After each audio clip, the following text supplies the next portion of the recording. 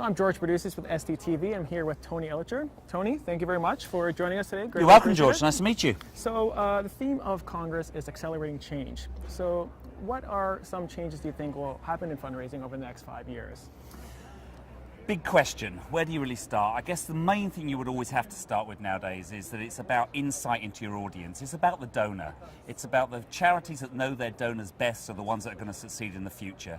The past used to be about the donors who knew their charities best because it was about brand, it was about presence. Nowadays it's all about the donor, their lives, the way they actually want to sort of engage with people and the way they want to express their values. I guess the other thing I would say in terms of accelerating change is it's about channel management. Everything we do in this business nowadays is, we spend time looking at techniques. It's not about techniques. Techniques are hygiene factors. Now it's about the channels you use to reach people, to inspire people, to engage people, to build a conversation, to give them a sense of belonging.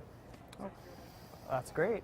So what are three fundraising tips you'd like to share to our viewers today? Well, I guess, to me, when you talk about those elements of channels and insights into donors, what really drives the success of your fundraising? And that's about you as a person. Right. A fundraiser now is, yes, a professional, but it has to be somebody who goes beyond a professional. Where do you actually put that sort of engagement into yourself, that sort of investment in yourself to build out the passion, to build out your skills? The dedication you need to survive as a fundraiser is far greater in the commercial sector.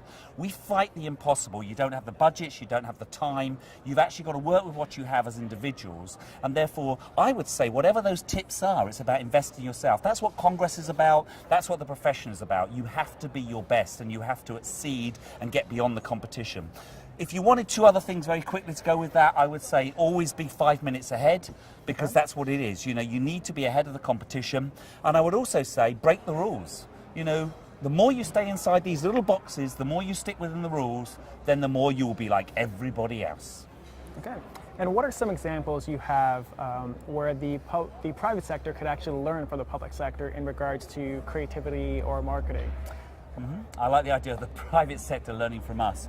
I would actually say, the big thing for us is that we're now really starting to sort of own this thing called emotions. So emotional marketing, this is a school of marketing that's been around a long time. There's been various books written on it. But you see, the thing is, we're only really beginning to understand the science of emotions. So when you actually begin to think about how companies could learn from us, they need to, they're all telling stories. They want to tell stories, they want to engage people, they want to touch their emotions. It's not about rational decisions. It's not about, short-term propositions. So we've been talking about relationships for 20 years, but now we talk about emotions. Now we talk about really getting inside those people and understanding what connects them to a cause. Right.